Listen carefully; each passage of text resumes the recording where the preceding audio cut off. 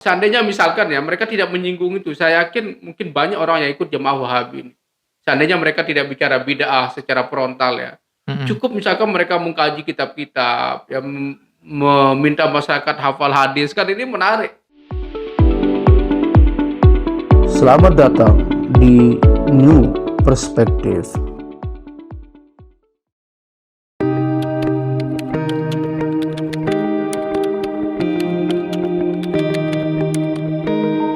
Assalamualaikum warahmatullahi wabarakatuh. Kembali lagi di New Perspective bersama saya Ahmad Yani dan narasumber kita Pak Dr. Saiful Hamdi. Pak Dr. Saiful Hamdi ini selain pengamat politik, beliau juga adalah Direktur Pusat Studi Islamic Culture dan Society Universitas Mataram. Masih berlanjut tema diskusi kita dengan Pak Dr. Saiful Hamdi, masih kita membahas terkait dengan situasi yang ada hari ini terkait dengan adanya video ujaran kebencian yang dilakukan oleh salah satu oknum Ustadz Wahabi yang memancing reaksi dari masyarakat kita di Pulau Lombok. Dalam podcast kali ini mungkin saya dan Pak Hamdi lebih akan menitik beratkan kepada bagaimana sih sebetulnya perspektif dari teman-teman Wahabi ini terhadap tradisi atau budaya begitu. Karena memang selama ini seperti yang kita ketahui teman-teman Wahabi ini kan cenderung melihat tradisi-tradisi atau budaya yang dicampur dengan agama ini kan sebagai sesuatu hal yang dibid'ahkan. Nah, Pak Dokter, sebagai seorang yang memahami terkait dengan budaya dan agama begitu, dan Abang juga cukup lama lah melakukan riset-riset terkait dengan perkembangan atau pandangan atau perspektif dari teman-teman dari Wahabi atau Salafi ini. Sebetulnya seperti apa sih pandangan mereka atau perspektif mereka terhadap budaya atau tradisi begitu, Bang? Ya. Ya, Mas Yani, saya kira ini yang sangat kompleks ya, ketika kita membaca perspektif ataupun pemahaman dari teman-teman Salafi Wahabi ini. Yang jelas bahwa kalau misalkan tidak ada unsur ibadahnya, mereka masih bisa negosiasi lah. Misalkan dalam begawe ya, kalau saya lihat, kalau diundang ya mereka datang, tetapi tidak lama begitu. Nah, kalau misalkan ada unsur agamanya, ini yang kemudian mereka tinggalkan, mereka jauhi, bahkan mereka kemudian bid'ahkan. Ya sama kayak misalkan kasus kematian ya, tradisi kita kan ada mengenal nyiwa, kemudian 100 hari, 40 hari, ini kan memperingati fase-fase kematian dari orang tua kita begitu. Nah, ini yang kemudian mereka anggap tidak pernah Rasulullah melakukan itu. Lalu kemudian ini yang ditentang. Artinya bahwa sangat sederhana cara mereka beragama. Kalau tidak ada di Rasul nggak dilakukan. Cuman kan hidup ini nggak sesederhana itu begitu kan. Bahwa agama juga memiliki hubungan yang sangat kuat begitu dengan tradisi-tradisi yang dulu. Kita tahu misalkan Islam dulu sebelum turunnya azan, malah Nabi disuruh buat lonceng kan untuk memanggil orang untuk sembahyang. Lalu kemudian muncullah wahyu, gak usah pakai lonceng, pakai azan aja misalkan. Artinya bahwa agama ini nggak bisa kita pisahkan. Ini saya kira kekeliruan dari teman-teman kita yang melihat Islam secara sempit ya, bahwa Islam ini pure, tidak ada hubungan dengan yang lain. Padahal Islam ini sangat berhubungan dengan agama-agama yang dulu. Makanya misalkan dalam ayat kalau kita lihat ya, di Al-Baqarah itu dikatakan innalladzina yu'minuna bima unzila ilaika wa ma unzila min qablik katanya kan. Jadi kalau kamu beriman, ya percaya dong kitab-kitab yang dulu. Artinya kan kita nggak bisa memutuskan mata rantai ini begitu, bahwa silsilah agama Islam ini sangat erat hubungannya dengan tradisi-tradisi yang ada dulu. Nah, tetapi ketika kemudian agama ini muncul dalam ruang sosial yang memiliki tradisi tertentu, inilah yang kemudian banyak diadopsi, Mas Yani. Sebenarnya banyak tradisi-tradisi Arab yang kemudian diislamkan di sini. Misalkan seperti yang pernah saya ceritakan, nama-nama bulan di dalam Islam, ya, kayak Rabiul Awal, Rabiul Akhir, ada bulan haram. Kenapa dikatakan bulan haram? Karena orang Arab suka berkelahi. Jadi maka bulan itu dianggap bulan yang tidak boleh orang berkelahi. Artinya kan ada aspek antropologi di sini, ada aspek budaya. Tetapi ya inilah yang kemudian tidak pernah disadari oleh teman-teman kita. Kita menganggap bahwa ini dari Islam begitu. Padahal banyak sekali tradisi-tradisi Arab yang diislamkan. Termasuk burkah ini kan masih menjadi kontroversi sekarang. Ada yang menganggap bahwa burkah itu adalah tradisi Arab, ada juga yang menilai bahwa itu tradisi Islam yang sudah diislamkan. Nah, ketika kemudian itu dipaksakan ya di masyarakat kita, terutama di Lombok misalkan, ini kan menjadi prahara buat teman-teman kita yang perempuan. Artinya pada sisi-sisi tertentu, ya ini saya contoh misalkan ya, ketika saya wawancari salah satu informan saya di lapangan, seorang perempuan, dia suaminya ikut Wahabi. Saya tanya dia, kenapa ibu nggak pakai cadar? Dia bilang, kalau saya pakai cadar, saya nggak bisa carikan uang untuk anak-anak saya, katanya. Beda dengan istri ustadz, mereka sudah ada uangnya begitu. Artinya bahwa banyak hal yang akan dinegosiasikan. Dan cadar ini tentunya dalam konteks ya, masyarakat kita yang basah begitu ya, dia harus bercocok tanam. Ini kan pasti kalau mereka ke sawah ya basah-basahan jadinya. Agak repot juga. Agak repot. Beda dengan di Arab yang kering, debu bisa terhindar begitu kan. Nah ini saya kira Mas Yani, persoalan-persoalan kebudayaan ini yang kemudian bisa saja ya, kalau kita lihat kan sudah diislamkan, dianggap sebagai Islam begitu. Lalu ini yang dipaksakan di sini begitu, di masyarakat kita. Saya kira jelas sekali perspektif teman-teman Wahabi ini. Kalau misalkan itu dianggap ibadah, dianggap sunnah, pasti akan dipaksakan untuk dilakukan begitu. Karena mereka mencontoh sunnahnya Rasulullah. Bang, kalau ketika kita bicara tradisi, kita di Lombok misalnya ziarah kubur, terus tradisi begawi, dan tradisi-tradisi yang selama ini kan cenderung dibid'ahkan oleh teman-teman Wahabi. Nah, sebetulnya sebagai masyarakat Lombok atau berasal dari masyarakat Sasak, seperti apa abang melihat teman-teman Wahabi ini menegosiasikan diri begitu? Di satu sisi sebagai ingin memurnikan keagamaan mereka dalam pandangan mereka, versi mereka, tetapi di sisi lain mereka adalah masyarakat Sasak yang memang di sekitarnya sudah terdapat tradisi itu yang sudah turun-temurun dan berlangsung bertahun-tahun begitu, Bang. Ya, Mas Heri, saya kira ini tantangan yang berat ya. Saya pernah wawancara juga dengan teman-teman yang masuk di Salafi Wahabi begitu. Di Kalimantan. Saya waktu itu wawancara di pondok pesantrennya Ibnu Qayyim di Balikpapan, kemudian di Jakarta. Artinya bahwa memang mereka ada keberatan juga begitu. Tapi di satu sisi mereka katakan mereka merasa free dari kultur. Dan dampak sosialnya adalah karena mereka kemudian relasi sosialnya terkotak-kotak. Ya. Bahkan di pesantren Ibnu Qayyim itu ya sudah komunitas mereka aja yang ada di sana. Dia harus lepas dari keluarga. Kemudian memutus hubungan keluarga, ini saya kira negosiasi yang sangat berat, Mas Yani. Seharusnya saya tidak tahu ya seperti apa kemudian di dalam para penceramah Wahabi ataupun tuan gurunya juga memberikan penyadaran lah, jangan sampai kemudian hal-hal yang sifatnya fundamental, memutus hubungan dengan keluarga hanya karena beda pemahaman, ini saya kira perlu menjadi perhatian buat mereka begitu. Jadi kasus-kasus yang ada, Mas Yani, mereka merasa ada keberatan sebenarnya. Karena harus melepas baju adat, baju tradisi ini, kemudian memulai dengan hidup baru. Bayangkan dari segi pakaian saja kan mereka sudah berbeda. Ya. Jadi mereka harus menggunakan pakaian baju jubah. Kan mereka pastinya berat lah begitu. Tetapi mereka anggap ini sebagai ibadah. Jadi motivasinya ibadah sehingga mungkin bagi mereka ini meringankan. Ya. Walaupun pengakuan mereka bahwa ini cukup berat begitu. Dan seperti yang saya katakan tadi bahwa tidak semua perempuan juga mampu melakukan itu, Mas. Bayangkan dia harus mengubah dirinya, kemudian tidak bisa hadir di ruang publik. Karena bagaimanapun kan kalau sudah menjadi suami dari teman-teman Salafi Wahabi ini ya mereka khairun nas perempuan sebaik-baik tempat perempuan itu di rumah itu kan. Jadi mereka nggak bisa keluar rumah lagi. Nah beda dengan yang di luar Wahabi misalkan ya masih bisa kemana-mana, masih bisa main TikTok gitu Iya. kan, masih bisa Facebookan gitu Iya, kan, heeh.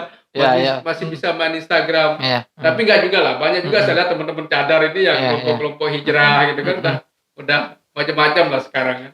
Iya, Bang, kalau kalau saya lihat lah begitu, ini kan perkembangan dari jamaah Wahabi ini, khususnya terutama di Lombok Timur ini, dalam 10 tahun terakhir kalau saya lihat cukup masif gitu kan.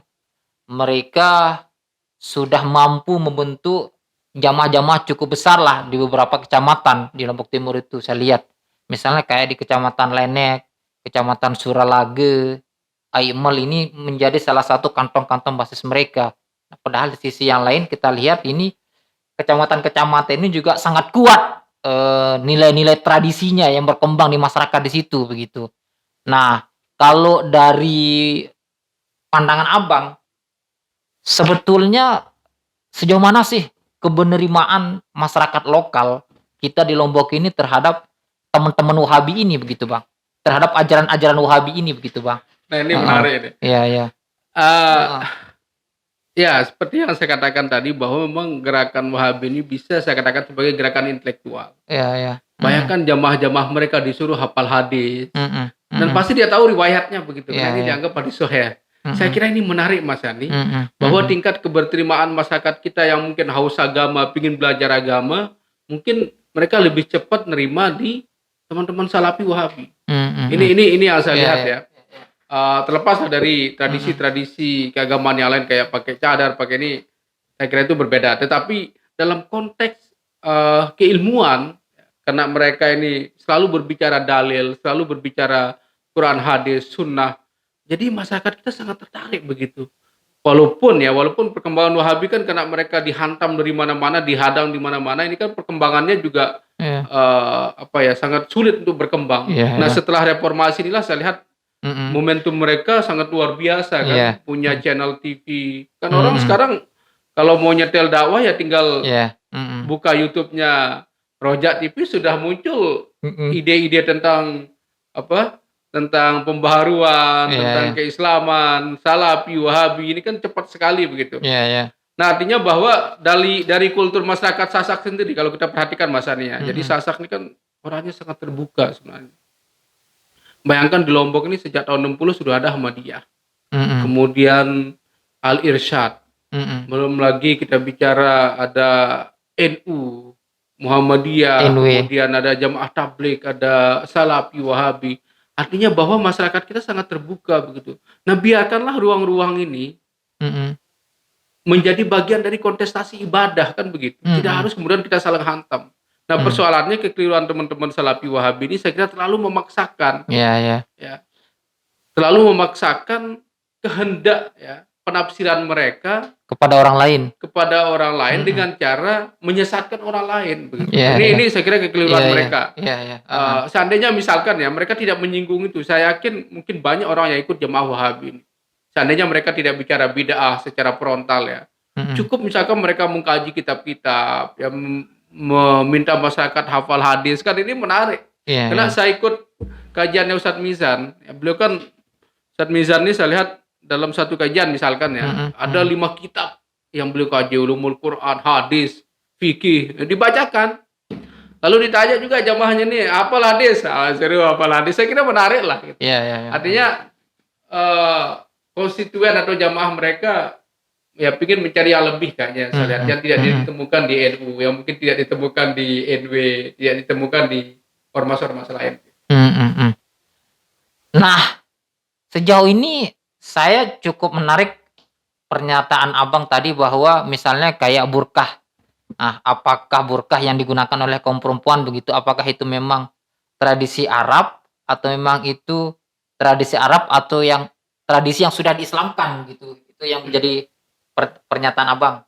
Nah, kalau dari pengamatan Abang begitu atau dari pengetahuan Abang, seperti apa sebetulnya posisi kaum perempuan di mata Wahabi Salafi ini begitu, Bang?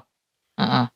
Ya, tentu kalau saya melihat posisi mereka ya, Iya, iya. konsep mereka kan selalu bicara muhrim. Ini Iya, salah iya. satu bagian dari ajaran Islam. Saya kira Iya, di iya. mana-mana ya, orang selalu bicara muhrim nggak boleh keluar, sama kayak Taliban Iya, kan. iya. Kenapa kemudian perempuan nggak boleh bersekolah, harus ditemani keluarga. Berarti kan persoalannya bukan karena dia perempuan, ya, tetapi karena masalah security kan. Iya, Nah iya. ini ilatnya yang nggak bisa dibaca begitu. Seharusnya ketika perempuan misalkan dia aman, ya seandainya dia nggak pakai burkah pun dia aman, dia bisa kemana-mana. Ya. Berarti dia aman begitu kan. Nah, saya melihat memang perempuan pada sisi lain ini, saya kira Mas Sani tergantung angle ya, Iya. di mana kita mau melihat. Kenapa pernah terjadi perdebatan, satu kelompok Muslim yang sangat liberal di Amerika, satu lagi kelompok Muslim yang bercadar di Prancis pada waktu Iya, saya iya. lihat, saya tonton videonya. Jadi yang liberal Muslim mengatakan Anda ini terkurung, tidak punya akses keluar. Bagaimana Anda bisa eksis menjadi perempuan? Nah, lalu teman yang satu ini mengatakan, saya tidak merasakan itu. Dia bilang gitu. Iya, iya. Saya tidak merasakan itu. Justru saya happy dengan burkah saya. Tidak ada yang kemudian menghina saya, menjudge saya, kamu jelek, kamu cantik. Ya. Makanya nggak mandi pun nggak ada orang peduli gitu kan. Nah, artinya bahwa ini tergantung angle juga kita melihat. Ya, apakah kemudian, ya pilihan lah menurut saya Mas Sani. Iya, Tidak iya, bisa iya. kemudian kita menyalahkan teman-teman yang pakai burkah. Karena selama ini kan banyak juga sindiran-sindiran yang buruk kan tentang orang pakai burkah. Dianggap teroris, dianggap ninja begitu kan. Pada sisi yang lain ya teman-teman burkah pasti melihat teman kita yang belum berjilbab, belum berhijab, dianggap belum dapat hidayah begitu kan, belum tercerahkan secara agama. Saya kira ini adalah fase-fase kemudian orang bisa merefleksikan bagaimana menjadi seorang agamawan, seorang religius. Tapi setidaknya Mbak Sani, dengan image yang berkembang ketika mereka menggunakan burkah, ini kan berarti ada semacam social piety lah, kesalehan sosial yang ditunjukkan begitu kan. Tapi di ruang-ruang tertentu mereka kita anggap lemah, ya. Tidak bisa bergerak, tidak bisa mobile seperti perempuan-perempuan yang lain. Nah ini saya kira salah satu kelemahan lah teman-teman Salafi melihat kaum perempuan. Iya, Bang. Di tengah adanya potensi konflik lah aliran keagamaan di Lombok dan adanya keberagaman pandangan atau paham terhadap aliran kita beragama di Lombok ini. Kalau dari pandangan Abang dengan kondisi ini, apa yang semestinya harus dilakukan oleh pemerintah sebagai mereka yang memegang kebijakan yang bertanggung jawab terhadap bagaimana keberagaman, kebersamaan kita, dan juga bagaimana mengayomi semua kelompok, semua golongan yang ada di sini begitu, Bang.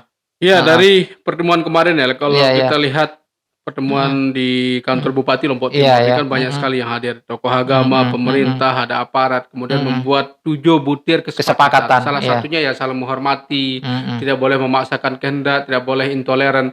Artinya Mas Yani bahwa memang Sasak ini sangat beragam. Nggak bisa kemudian kita mengaku kita ini mayoritas, kita harus menghantam minoritas. Ini saya kira mereka juga saudara kita, saudara sesama Muslim, ya enggak. Jadi bagaimana kemudian pemerintah di sini perlu memfasilitasi, ya kalau bisa ya diundanglah dua-duanya untuk dakwah di mana, kan diberikan jadwal. Saya kira Ali BD bagus konsepnya. Jadi ketika beliau jadi bupati dulu di Lombok Timur, tokoh Sunnah diundang ceramah di sana di Masjid Selong. Teman-teman yang aliran Majelis Mujahidin diundang. Jadi mereka kan merasa diapresiasi begitu. Nah, pemerintah di sini ya mungkin perlu kemudian memberikan ruang. Jangan sampai kemudian kita menghentikan juga dakwah teman-teman kita ini Mas Hani. Karena mereka mungkin lebih giat dakwahnya daripada kita kan. Lalu kemudian masjid mereka kita hantam, pembangunan madrasahnya kita bakar. Ini kan keliru gitu menurut saya. Jangan sampai kemudian gerakan-gerakan vandalisme yang buruk ini menjadi menjadi gampang kita benarkan begitu. Bayangkan hanya karena ocehan Ustadz ini lalu mobil-mobil orang kita bakar, nggak tahu mobil siapa di sana, siapa tuh ada orang yang sedang ngaji kan, bukan kena mobil Ustadz Mizan. Lalu kita bakar ya, lalu masjidnya juga kita bakar. Siapa tahu amal orang di sana. Artinya bahwa saya ingin pemerintah di sini lebih arif ya, dan juga mampu harus mengintervensi kelompok Wahabi ini. Karena di Arab Saudi nggak boleh orang di luar Wahabi membangun pendidikan. Jadi ada intervensi pemerintah Ya, kalau kan. membangun stabilitas. Nah, Indonesia, ini kritik saya juga bahwa Indonesia seharusnya pemerintah harus masuk di ruang-ruang pesantren ini. Selama ini kan mereka hidup seperti di negara sendiri. Iya, Misalkan ada satu komunitas ya, mereka ya di sana seperti negara syariah. Mereka buat aturan sendiri, nggak Sendiri, boleh ya. merokok, haram Iya, merokok, iya, ya iya. oke lah. Mereka bisa melakukan itu. Tetapi menurut saya kalau misalkan pemerintah ingin menanamkan Pancasila, kemudian mau membangun wawasan kebangsaan, bagaimana bernegara, saya kira untuk konteks sekarang ini sangat penting. Jangan sampai kemudian teman-teman kita yang Wahabi ini ya, tidak hafal Pancasila, kemudian tidak tahu cara bernegara, kan susah mereka. Iya, iya, iya. Bagaimana kemudian mereka bisa tampil di TV nasional kalau misalkan akses ya ataupun diskursus tentang kenegaraan ini absen di ranah mereka begitu. Siap, siap. Ya, pemirsa, sekian diskusi kita dengan Pak Dr. Saiful Hamdi. Saya tidak akan mengambil kesimpulan apapun. Sampai berjumpa di New Perspektif dengan tema dan isu yang berbeda. Assalamualaikum warahmatullahi wabarakatuh.